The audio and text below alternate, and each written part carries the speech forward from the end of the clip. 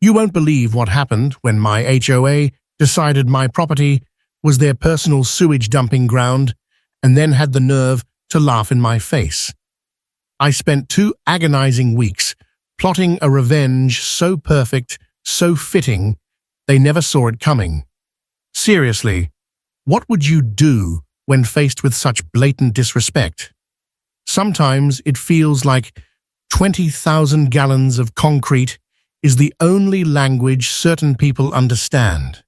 Drop a comment below telling me where you're watching from. I'm curious.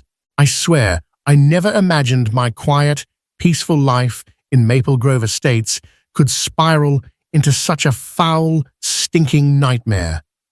But it did. It all started on an otherwise unremarkable Tuesday. I stepped out into my backyard, ready to enjoy the morning sun, and nearly plunged face first into a bubbling, brown morass. The stench hit me like a physical blow. Raw, undiluted sewage was actively flowing onto my property. My beautiful garden, 3 years of painstaking work, was drowning in literal poop water. My workshop, my sanctuary, where I crafted furniture, was soaked.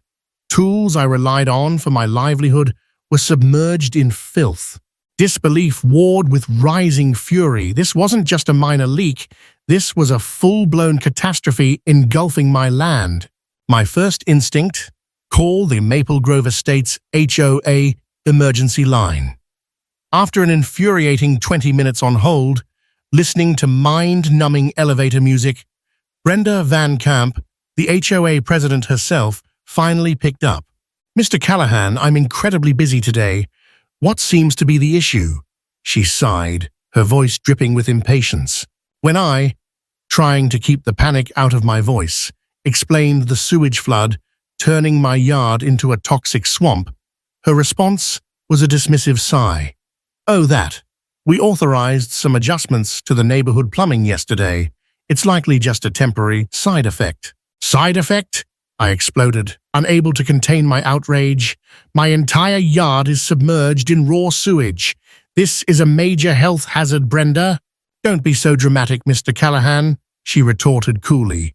"We'll dispatch someone to assess the situation next week during our regularly scheduled maintenance rounds." "Next week? Are you out of your mind? I can't live like this for a week. The smell is unbearable."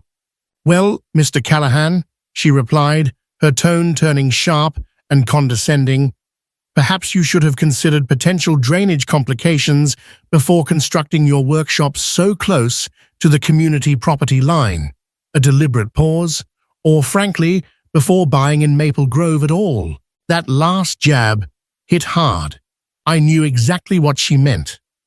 Ever since I moved in 3 years ago, Brenda and her clique on the HOA board had made it crystal clear they felt I didn't fit their mold.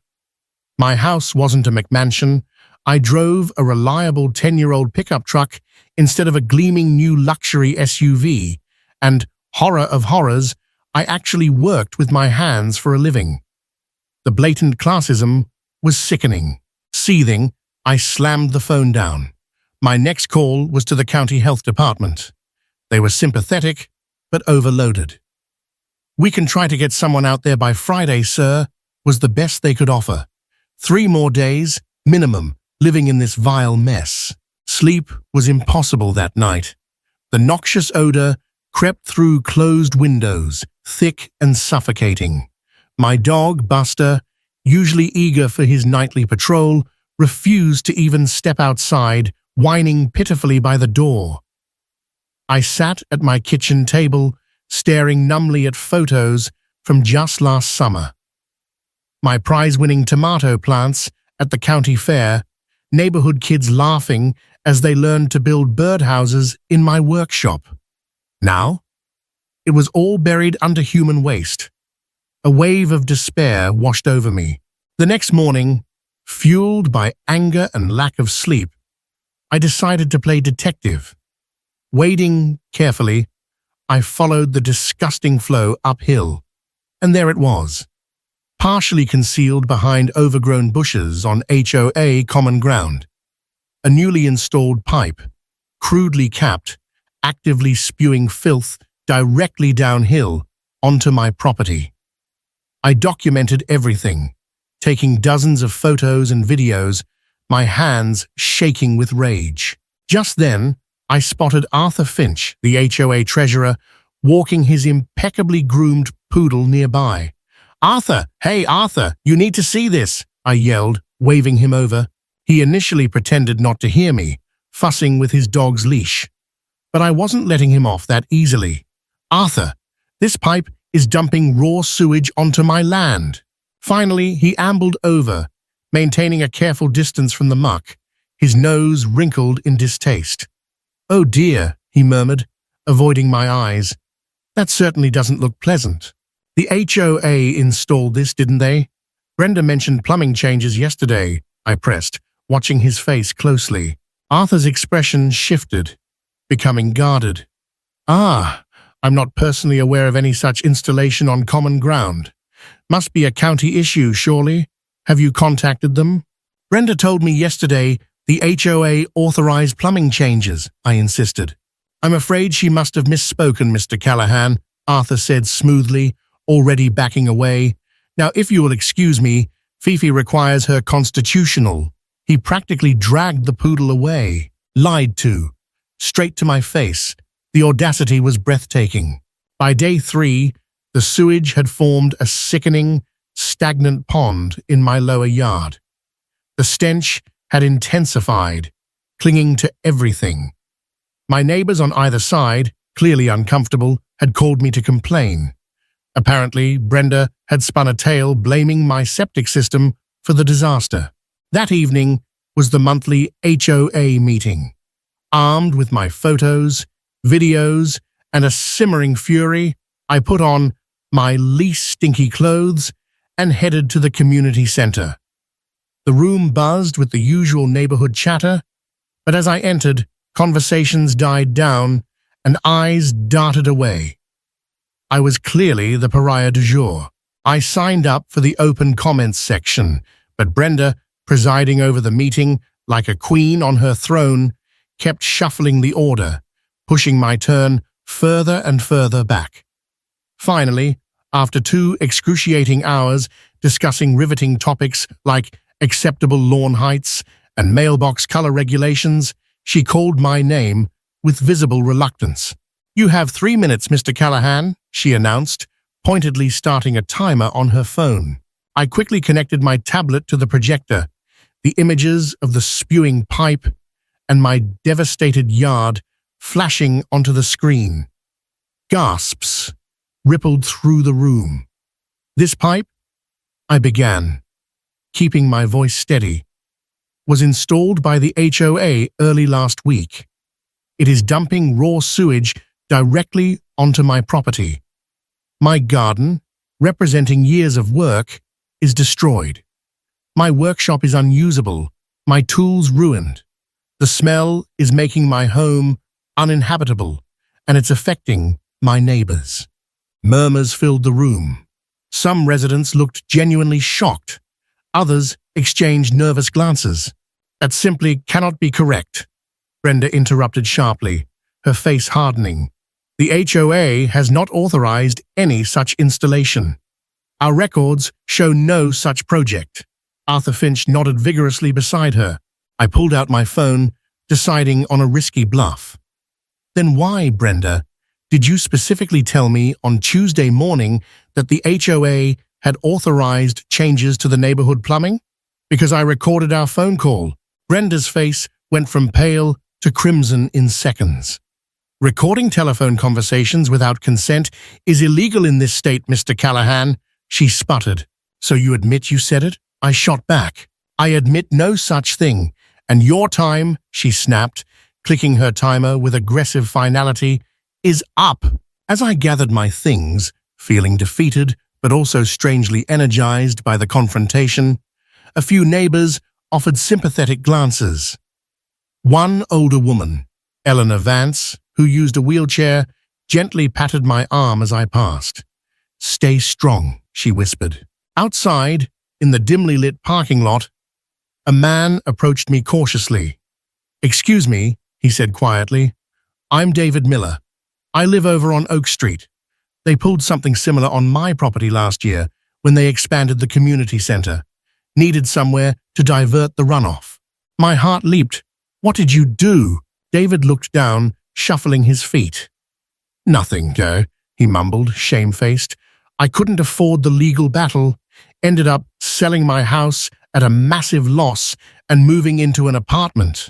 He hesitated, then added, "Brenda's husband's development company bought the place, fixed the drainage issue practically overnight, and flipped it for double the price." A cold dread washed over me as I drove home. Was that their endgame? Force me out with unbearable conditions, then swoop in and buy my property cheap for their own expansion plans? Pulling into my driveway, my headlights caught Brenda and Arthur standing at the edge of my ravaged yard, pointing, gesturing, and making notes on clipboards. They scurried away like cockroaches caught in the light the moment they saw my truck. Sleep was a distant memory that night. The stench was bad, yes, but my mind was racing, fueled by adrenaline and outrage. Why target me specifically? What were their exact plans for my land? And how in the hell was I going to fight an entire HOA board that seemed utterly corrupt and ruthlessly determined to destroy my life? Grabbing a notebook and a pen, I started meticulously documenting everything, every conversation, every date, every lie. If this was war, and it certainly felt like it, then I needed a damn good battle plan, and the Maple Grove Estates HOA had absolutely no idea who they were truly messing with. 6 excruciating days after the sewage nightmare began, I woke up to an unsettling silence. The constant, sickening gurgle from my backyard had ceased. Heart pounding, I rushed outside. The flow had stopped, but what remained was a scene of utter devastation. A crusty, toxic swamp where my beautiful yard used to be. The smell, somehow, was even worse now that the waste was stagnant. I immediately called Sal Moretti, a plumber a buddy had recommended, emphasizing his reputation for being fearless. "Sal," I said, "I need someone who isn't afraid to potentially step on the HOA's toes. This is bad." Sal arrived an hour later in a battered but clean truck.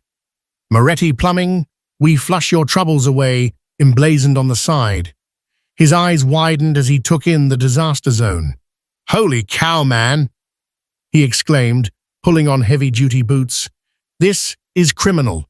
He immediately started taking samples, pulling out a testing kit. "Whoa, hold on. This isn't just standard residential sewage. There are traces of commercial-grade cleaning chemicals in here, the kind you'd see used in, say, a large facility's spa or kitchen." Sal spent the next few hours painstakingly tracing the sewage path, digging small test holes, muttering technical terms under his breath. Finally, sweating despite the cool morning air, he uncovered the smoking gun. A large, unmarked diversion pipe buried shallowly, definitely not on any official county plans. "This pipe," Sal declared, pointing to a thick PVC tube gleaming obscenely in the dirt, "was installed very recently, and very shoddily, I might add. It's illegally tapping into the outflow from the community center's new extension, looks like the spa and maybe the kitchen, and dumping it directly here onto your land instead of connecting properly to the main municipal sewer line further down." He shook his head in disgust. Whoever did this bypassed regulations and saved themselves probably $80,000 in proper connection fees and potential mainline upgrades by turning your yard into their private sewage lagoon.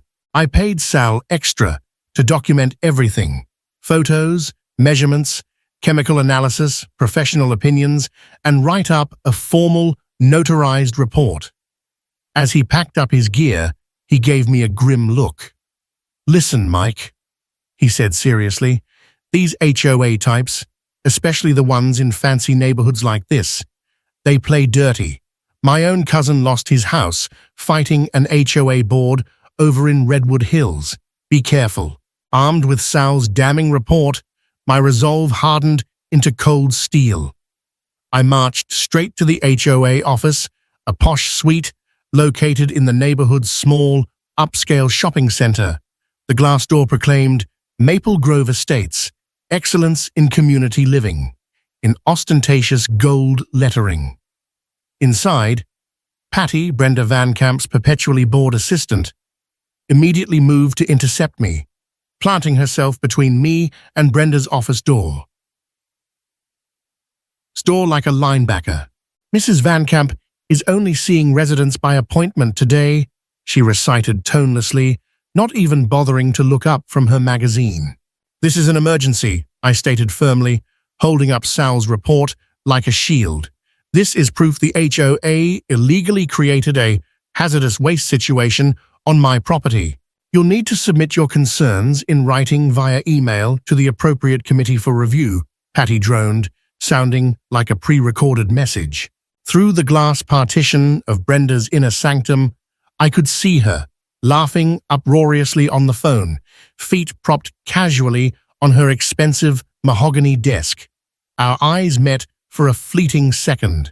Without missing a beat, she deliberately swiveled her high-backed leather chair around, presenting me with her back in a gesture of supreme, calculated dismissal. My blood boiled. Pure, unadulterated rage surged through me, but I clamped down on it, knowing an outburst would only play into their hands. Instead, I took a deep, steadying breath and quickly scanned the office layout, noting the expensive furniture, the position of the filing cabinets, the single, obviously inadequate security camera pointed vaguely at the entrance, details that, although I didn't know it then, would become critically important later. Leaving a copy of Sal's meticulously detailed report on Patty's desk, though I had little hope she wouldn't just trash it, I walked out, my mind racing. That evening, checking my email with a sense of dread, I stumbled upon something that made my jaw drop. An email chain, clearly intended only for the HOA board members, had been accidentally sent to the entire residents' mailing list. Subject, Callahan's situation, containment strategy. My eyes scanned the thread, disbelief turning into cold fury. Arthur Finch. The diversion was deemed necessary. Repairing the main line properly would have necessitated a special assessment upwards of $2,000 per household. Politically unfeasible. Brenda Van Camp. Correct. Callahan's lot was always zoned with drainage easement potential in the original plats. Even if undeveloped, we continue plausible deniability. He can't afford a protracted legal fight. Once he's desperate enough to sell below market value, Van Camp Development can proceed with the cul-de-sac expansion phase as planned. Another board member. Besides, his house brings down the neighborhood aesthetic anyway. Should never have been approved for purchase in the first place. These working-class types, I felt physically sick. Van Camp Development, Brenda's husband's company. They were deliberately poisoning my property, ruining my life and livelihood, all to force me out and grab my land cheap for their own profit. It was calculated, malicious, and utterly despicable. Before the inevitable recall message arrived, I frantically forwarded the entire email chain to a secure secondary email account and printed out 5 hard copies, hiding them in different locations. The gloves were off.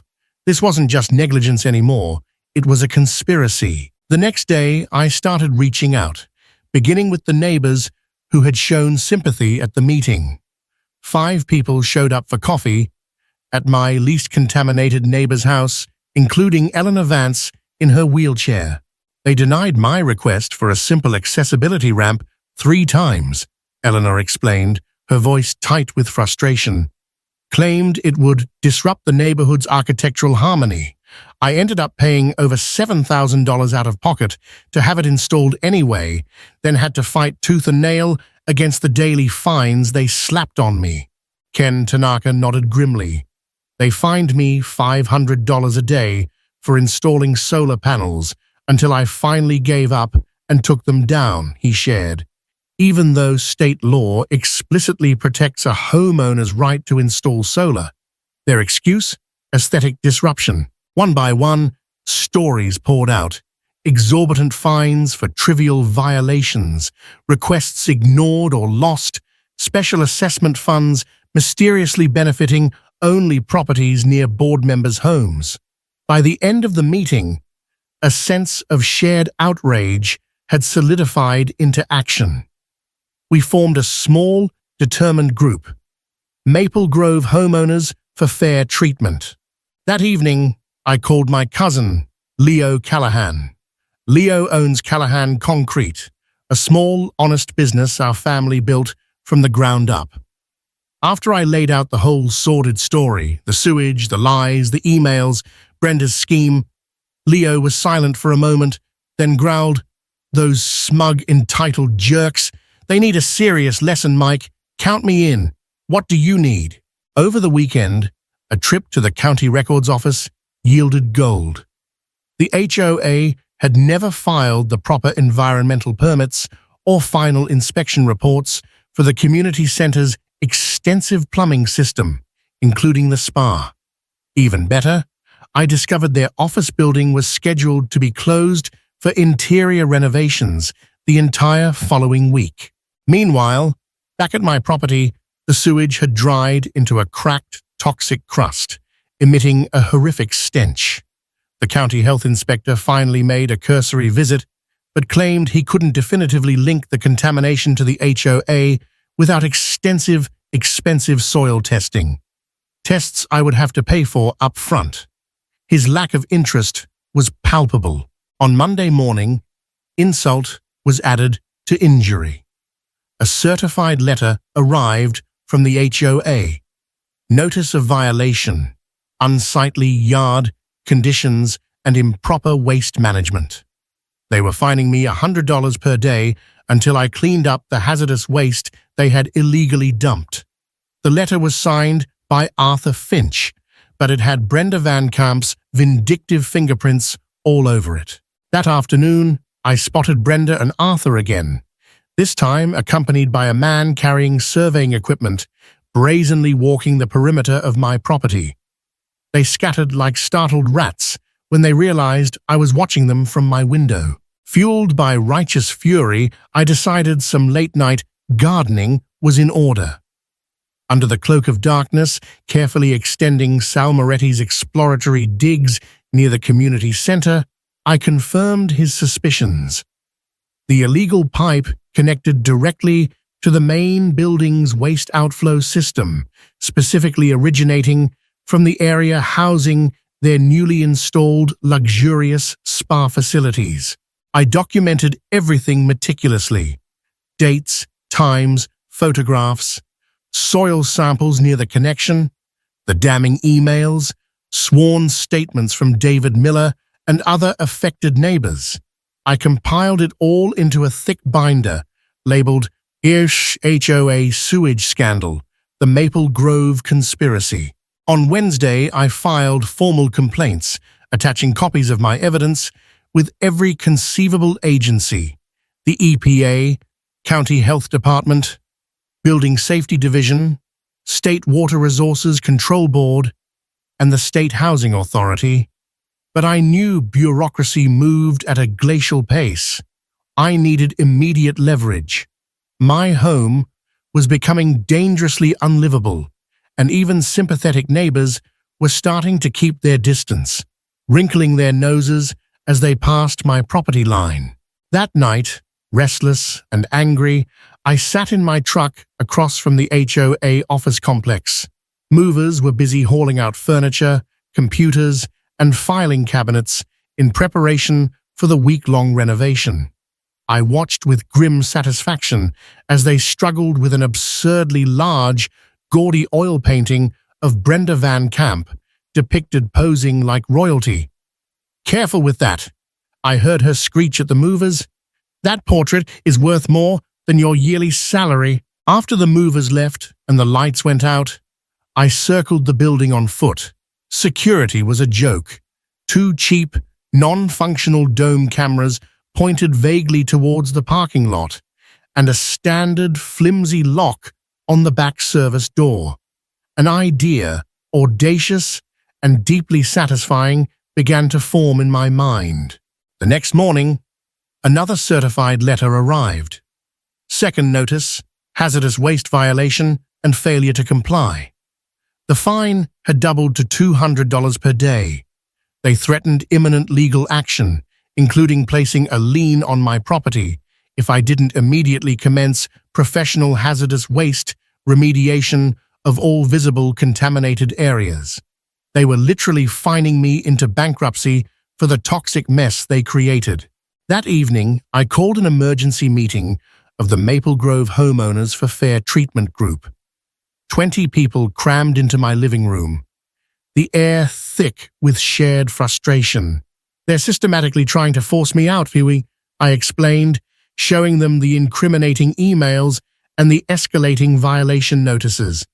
They want my land for development, and believe me, they won't hesitate to do the same thing to any one of you who stands in their way or questions their authority. Eleanor Vance rolled her wheelchair forward slightly. "So what's the plan, Mike?" she asked, her eyes sharp and intelligent. A slow, grim smile spread across my face for the first time in what felt like weeks. "I think," I said deliberately, "it's time the HOA got a taste of its own medicine. They flooded my property with something toxic and destructive, making it unusable. Maybe their precious, newly renovated office needs to experience something similar." Ken Tanaka leaned forward, his expression a mixture of shock and intrigue.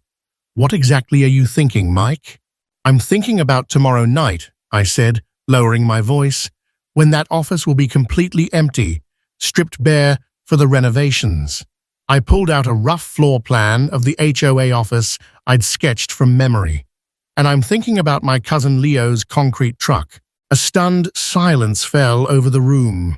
Everyone understood the implication. "Mike, that's extreme," Eleanor finally said, though her voice lacked condemnation. "But," she added softly, looking around at the other nodding heads, "after years of fighting them through proper channels, enduring their bullying, and getting absolutely nowhere," she didn't need to finish the sentence. The shared frustration was palpable. Ken looked worried. "You could get into serious trouble, Mike. Jail time, lawsuits." "Maybe," I conceded, meeting his gaze directly. "But I've tried playing by their rules. They break laws, destroy property, ruin lives, and get away with it because they have money, influence, and they believe nobody will ever truly stand up to them." I paused, looking around the room. "I'm not asking any of you to be involved in what happens next. In fact, it's absolutely crucial that you all have plausible deniability, no knowledge whatsoever." As the neighbors filed out, whispering amongst themselves, Eleanor lingered. She gripped my hand tightly. "Whatever you decide, Mike," she said firmly, "we've got your back. But please, be incredibly careful. Brenda Van Camp has friends in high places, including the local police department." Later that night, heart pounding a frantic rhythm against my ribs, I called Leo. "Hey, cuz, are you still willing and able to help with that, special delivery we discussed?" "The truck's fueled, cleaned, and ready to roll," Leo replied instantly, his voice low and steady. "Just give me the word." I looked out my window at the desolate, moonlit wasteland that used to be my backyard, the lingering stench a constant reminder of their arrogance. I thought about Brenda Van Camp's smug, contemptuous face as she deliberately turned her back on me in her office. "Tomorrow night, Leo," I said, my voice hardening, "and bring the good stuff, the quick-drying industrial grade." I wanted that office filled solid before anyone even knew what hit them. Hanging up, I stared at my phone, a tremor running through me. Was I really about to do this? This was crossing a line, potentially torching my entire future. Freedom, finances, everything. But then I remembered Brenda's words from the email. These working-class types can't afford lawyers anyway. They saw me as powerless, disposable, someone they could crush without consequence. They had no idea who they were dealing with. Grabbing my notebook, I began sketching out the final, precise details of the operation.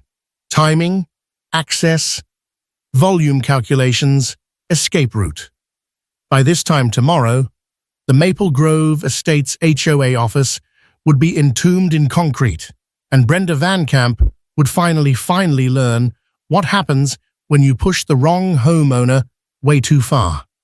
My hands trembled slightly as I checked my watch under the faint glow of a distant streetlight. 1:58 a.m. Perfect. Brenda Van Camp's precious HOA office sat dark and silent, an unassuming brick box utterly oblivious to its impending transformation. Just yesterday, I'd watched her supervise the removal of her expensive trinkets, that ridiculously overpriced espresso machine, the tacky faux gold Leadership Excellence All Awards, and most infuriatingly, the enormous narcissistic portrait of herself that usually hung behind her desk like she was the damn queen of Maple Grove. Good riddance to that rubbish. Ready for this, Mike? Leo whispered, parking his massive concrete mixer truck 2 blocks away, strategically under the shadow of large oak trees. We'd already slapped magnetic signs reading County Maintenance, Emergency Services over his Callahan concrete logo, just in case. My stomach churned, a nauseating mix of fear and exhilaration. I nodded grimly, picturing my ruined yard, the dead garden, the contaminated workshop. They destroyed my home, Leo, I murmured, the image of sewage bubbling up through my grass flashing in my mind. They laughed about it. They called me trash because I work with my hands. My voice was tight with suppressed fury. Leo gave my shoulder a solid, reassuring squeeze. That's why we're here, cuz. Time for a little aggressive landscaping. We moved with practiced efficiency through the pre-dawn stillness. The flimsy lock on the back service door yielded embarrassingly quickly to a basic tension wrench and pick. A skill I'd regrettably learned was easily searchable online. Next, the most challenging part, feeding the heavy, thick rubber discharge hose from Leo's truck through the narrow male slot in the front door. It was a tight squeeze, scraping the metal, but finally, it was through. Leo hustled back to the truck. A moment later, the low thrum of the mixer's pump starting up vibrated through the quiet air. I peered through the front window, my heart hammering against my ribs, as thick, sludgy, grey concrete began to ooze sluggishly onto the floor inside. Wait, I hissed, an idea striking me. I can aim it better from inside. Slipping quickly back around to the unlocked service door, I crept into the empty office. The smell of new paint and industrial cleaner hung in the air, soon to be overpowered. I grabbed the end of the heavy hose, wrestling it into position. Okay, Leo, give it about half power, I yelled softly, hoping the sound wouldn't carry. The concrete flowed, thick and relentless. First, I directed the stream directly onto the empty space where Brenda Van Camp's desk had sat, imagining her $3,000 chair sinking into the morass. This is for turning your back on me, I thought grimly. Then I swung the hose towards the bank of cheap metal filing cabinets lining one wall. Target those first, Leo, I directed, pointing. Specifically, the ones marked Property Records and Compliance. They altered my property survey maps to justify this sewage dump. Let's see them find those papers now. The grey tide crept higher, swallowing everything in its path. Empty electrical outlets disappeared. The baseboards vanished. The sound was surprisingly quiet, just a heavy, wet slurping as the concrete filled the space. It moved like a slow-motion, unstoppable grey flood. 15 minutes on the paw, Leo called out, from near the door, keeping track. We'd carefully calculated the volume, enough to fill the main office space about 3 feet deep, making it utterly impassable and embedding everything below that level, but not so much that the sheer weight would blow out the windows or compromise the walls. We wanted disruption, not demolition that could be easily traced back to a specific concrete truck's capacity.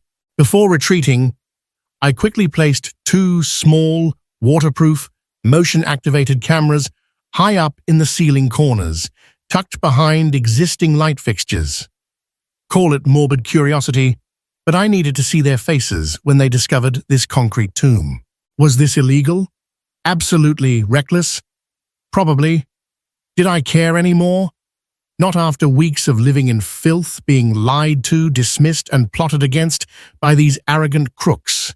My sense of righteous fury had burned away any lingering hesitation. My final act, I pulled off my sturdy work gloves and plunged my hands deep into the rapidly setting concrete near where Brenda's desk had been, leaving perfect, deep impressions. Then I carefully pulled my hands out. A calling card. Let them wonder. "We gotta wrap this up, Mike," Leo urged, checking his watch again. "Sun will be creeping up soon, and the early joggers will be out." We worked fast, retracting the messy hose, cleaning the mail slot area as best we could in the dark. As we were securing the truck, Mrs. Diaz, whose meticulously tended rose bushes had earned her a hefty HOA fine last month for being a non-approved varietal, peeked through her blinds from her house across the street. Our eyes met in the dim light. She'd seen the truck, seen us. My heart leaped into my throat. But then, she slowly, deliberately raised her hand in a small, almost imperceptible salute before letting the blinds fall shut. A silent acknowledgement. An ally. We finished scrubbing down the hose and packing up Leo's gear by 4:30 a.m. The concrete inside the office would already be hardening significantly. Leo drove off, the county maintenance signs firmly in place, while I walked the few blocks home via a deliberately roundabout route, my nerves screaming. Every passing car felt like impending doom.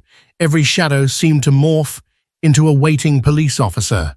Back in the relative safety of my own house, I immediately stripped off my clothes, bagged them, and took a long, scalding shower, scrubbing myself raw. I then drove the bagged clothes to a dumpster miles away. Adrenaline still coursed through me as I sat on my front porch, watching the first faint streaks of dawn paint the sky. The ever-present sewage smell from my yard seemed almost normal now, a grim backdrop to the chaos I'd unleashed.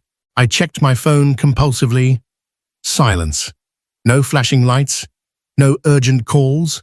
What would happen when they tried to open that door? Would they instantly connect it to me? Would I be in handcuffs by lunchtime? Suddenly, headlights swept into my driveway. An unfamiliar dark blue sedan.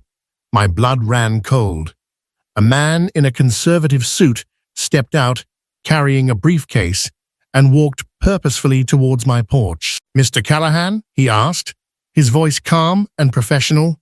My mouth felt like it was full of cotton. "This is it. They found out already. How?"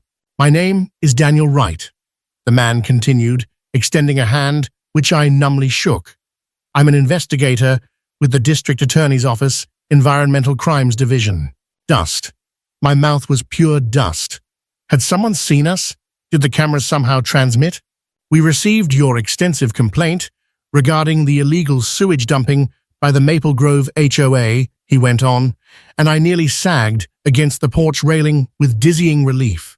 He wasn't here about the concrete. Yet. "Your documentation was very thorough, thank you." He paused, then leaned in slightly. "But Mr. Callahan, there's something you should know about your HOA president, Brenda Van Camp, and her treasurer, Arthur Finch, that might put your immediate problem into a larger, perhaps more interesting context." He opened his briefcase and handed me a thick folder stuffed with documents.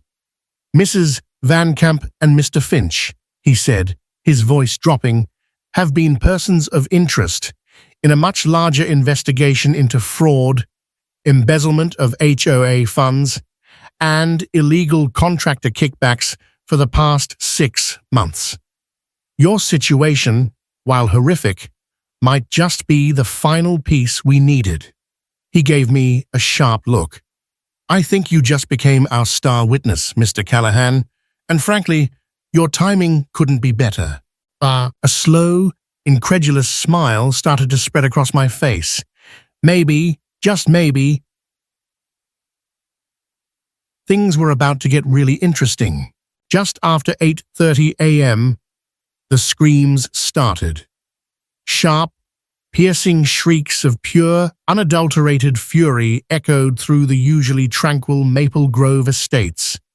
Sipping my coffee on the porch, trying to look nonchalant, I watched the chaos unfold down the street. My hidden cameras, transmitting short bursts to a cloud account before likely being discovered, caught the initial golden moment. Brenda Van Camp, arriving in her gleaming white Lexus, ready to inspect her soon-to-be marble-countertopped domain. Trying her key, pushing, peering through the mail slot, then stumbling backward, her face contorting into a mask of apoplectic rage as she registered the solid, unyielding grey mass, completely filling her beloved office. "Callahan!" she shrieked, the sound carrying clearly up the street. Somehow, intuitively, she knew, but I wasn't worried anymore. Not after Daniel Wright's pre-dawn visit and the contents of that folder.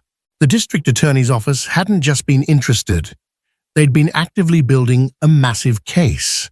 Brenda hadn't just illegally dumped sewage on my land out of spite or simple cost-cutting. She and Arthur Finch had allegedly been systematically embezzling HOA funds for years, accepting kickbacks from contractors, including her husband's development company and her brother-in-law's construction firm, falsifying environmental reports and lining their own pockets while neglecting essential infrastructure, like the main sewer line that should have been repaired, the failure of which led directly to my flooded yard. The illegal diversion pipe hadn't just saved the HOA money, it had specifically channeled over $200,000 worth of plumbing and site work directly to her brother-in-law's company without proper bids or permits. My sewage nightmare was just one symptom of their rampant corruption. By 9 a.m., news vans were converging on the scene like vultures to carrion. Microphones were thrust towards the curb. I watched from my kitchen window as reporters swarmed Brenda, who, despite the circumstances, was trying to maintain an air of outraged authority, repeatedly stabbing her finger towards my house. That's when I made my move. Texting Daniel Wright a simple "Showtime," I walked calmly down the street, Wright meeting me halfway. His official badge cleared a path through the assembled onlookers and reporters like Moses parting the Red Sea. Brenda's eyes widened in shock, and something akin to fear when she saw us approaching together. Mr. Callahan," a reporter yelled, shoving a microphone towards me. "Is it true? Did you fill the HOA office with concrete?" I stopped, turned, and smiled, not at the reporter, but directly at Brenda Van Camp, whose face was now sheet white. "I'm not here today to discuss concrete, real or hypothetical," I stated clearly, my voice carrying over the buzz. "I'm here because Investigator Wright from the District Attorney's Office has significant evidence of serious financial and environmental crimes committed by our HOA president and treasurer." Camera flashes exploded. Wright stepped forward, his voice authoritative. "Mrs. Brenda Van Camp and Mr. Arthur Finch are central figures in an ongoing investigation into felony embezzlement, conspiracy to defraud, multiple environmental violations, and acceptance of illegal kickbacks," he announced. We have been building this case meticulously for months, and recent evidence, including corroborated witness statements and financial irregularities, has brought us here today. Brenda looked like she might faint. This is preposterous. He's deflecting. He flooded my office with concrete. Arrest him, she screeched, pointing a trembling finger at me. A uniformed police officer stepped towards us, and for a heart-stopping moment, I thought maybe Brenda's influence still held sway. But instead of coming towards me, the officer calmly handed Brenda a folded document. Mrs. Van Camp, this is a warrant authorizing the immediate search of your residence and personal financial accounts. What happened next was pure, unexpected chaos. Arthur Finch, the normally dapper, bow-tied treasurer who had been hovering nervously near Brenda, suddenly made a desperate break for his car parked down the street. He didn't get far. Two quick-thinking officers tackled him before he'd covered 10 feet, sending him sprawling onto the manicured lawn of the community center. Papers flew from the briefcase he'd clutched. Bank statements, invoices, documents showing offshore accounts, and hundreds of thousands, maybe millions, in missing HOA funds. By noon, both a stunned, sobbing Brenda Van Camp and a handcuffed, disheveled Arthur Finch were sitting in the back of separate police cruisers. The neighborhood was buzzing. Neighbors I'd never spoken to before came up to shake my hand, murmuring congratulations and sharing their own horror stories about the pair. Eleanor Vance rolled up, beaming, and gave me a fierce hug. "They're finally reviewing my ramp request on an emergency basis," she whispered triumphantly. "As for the concrete, or rather the industrial foam, in the office?" Funny thing about that. Despite Brenda's accusations, no one could definitively prove who did it. My strategically placed cameras had mysteriously malfunctioned, recording only static during the crucial early morning hours before capturing crystal-clear images of Brenda's arrival. Leo's truck, according to the county maintenance logs he'd filed, was performing emergency sewer line inspections miles away at the time. And the handprint I'd left? Turns out I'd worked construction briefly years ago, as had half the adult men in Maple Grove Estates. Plausible deniability was a beautiful thing. "We know it was probably you, Callahan," the lead detective told me later that week, giving me a wry look over his coffee cup, "or someone acting on your behalf. But without witnesses, usable footage, or unique physical evidence, well, let's just say our prosecutorial priorities are focused elsewhere right now." He winked. "Besides, after reviewing the evidence of what Van Camp and Finch pulled on you and this neighborhood, let's just say there isn't a lot of public sympathy for the victims in this particular property damage case." 2 days later, a legitimate county environmental hazmat team arrived, funded by an emergency allocation from the state pending asset forfeiture from Van Camp and Finch. They spent nearly a week meticulously removing tons of contaminated soil from my yard, replacing it with fresh, clean topsoil, professionally rebuilding my workshop, and even replanting my garden beds, all at no cost to me, eventually to be covered by the HOA's insurance and restitution funds. At an emergency community meeting convened the following week, the remaining shell-shocked board members resigned en masse. A new interim board was elected, with Eleanor Vance unanimously voted in as president. Her first official act, formally approving her own wheelchair ramp permit and rescinding all outstanding fines against Ken Tanaka for his solar panels. "We'd be honored if you'd join the board too, Mike," Eleanor said earnestly. I shook my head, smiling. "Thanks, Eleanor, but I think I've had enough HOA drama to last a lifetime. Happy to help out with rebuilding the community garden, though, when you're ready." Brenda Van Camp and Arthur Finch, facing overwhelming evidence, both eventually took plea deals to avoid potentially much longer prison sentences. Part of their sentence included extensive community service hours dedicated to environmental cleanup projects, occasionally and deliciously ironically, right here in Maple Grove Estates, sometimes even working on remediating drainage ditches not far from my property line, under the watchful eye of county supervisors. Brenda, stripped of her power and wealth, couldn't even meet my eye anymore. The concrete-filled office became something of a local legend. The HOA's insurance company ultimately paid out nearly $92,000 for the specialized removal and complete gutting-remodeling of the space, a figure eerily close to the estimated cost of the initial illegal sewage diversion, plus the damages to my property. Some neighbors called it karma, others just called it justice, albeit unconventional. About 6 months later, as my new garden thrived spectacularly in the rich replacement soil and the foul stench of sewage had finally faded into a bad memory, I received a small, plain envelope in the mail. Inside, there was no letter, just a small, rough chunk of grey concrete, professionally mounted on a small wooden plaque like a bizarre trophy. Tucked underneath was a business card from Daniel Wright, the DA investigator. On the back, he'd handwritten a short note. "Thought you might want a souvenir. Sometimes the hardest problems require the strongest solutions. I keep that chunk of concrete on my workshop desk now. It serves as a potent reminder. When you push decent people too far, when you dismiss their rights and dignity, when you act with impunity and arrogance, don't be surprised if they find unconventional, even extreme, ways to push back. Even the most patient person has a breaking point. The Maple Grove Estates HOA still exists, but it's a different entity now.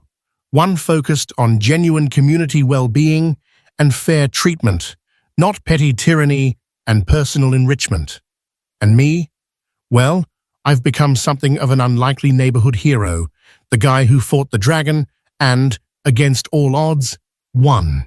Just yesterday, Leo and I were sitting on my rebuilt porch, admiring my tomato plants. Already bigger and healthier than ever before, thanks, ironically, to the highly enriched replacement soil. We were sipping cold beers, enjoying the peaceful sunset. "So," Leo asked quietly, gesturing towards the house with his bottle, "thinking back on all of it, the stress, the risk, the concrete, was it worth it?" I thought about the weeks of misery, the sickening smell, the feeling of helplessness, the cold fury. Then I thought about the smug look on Brenda Van Camp's face, evaporating into sheer panic, the triumphant expression on Eleanor Vance's face at the meeting, the satisfaction of seeing actual justice, however messy, prevail. I raised my beer, clinking it against his. "You know what they say, Leo," I replied with a grin. "Revenge is a dish best served solid." This whole ordeal taught me a valuable, if harsh, lesson. Sometimes playing strictly by the rules only works when everyone agrees to follow them. When faced with corruption and bad faith, sometimes you have to get creative, gather your allies, and stand your ground, even if it means taking risks. Justice doesn't always arrive neatly packaged through official channels. Occasionally, it needs a bit of a push, maybe even a truckload. But it also shows the power of community and evidence. Documenting everything and finding others who've been wronged can be your strongest weapons. What would you have done in my situation? Was the concrete revenge justified, or did I go too far? Let me know your thoughts in the comments below. And if you enjoyed this story of HOA chaos and homeowner justice, be sure to subscribe for more.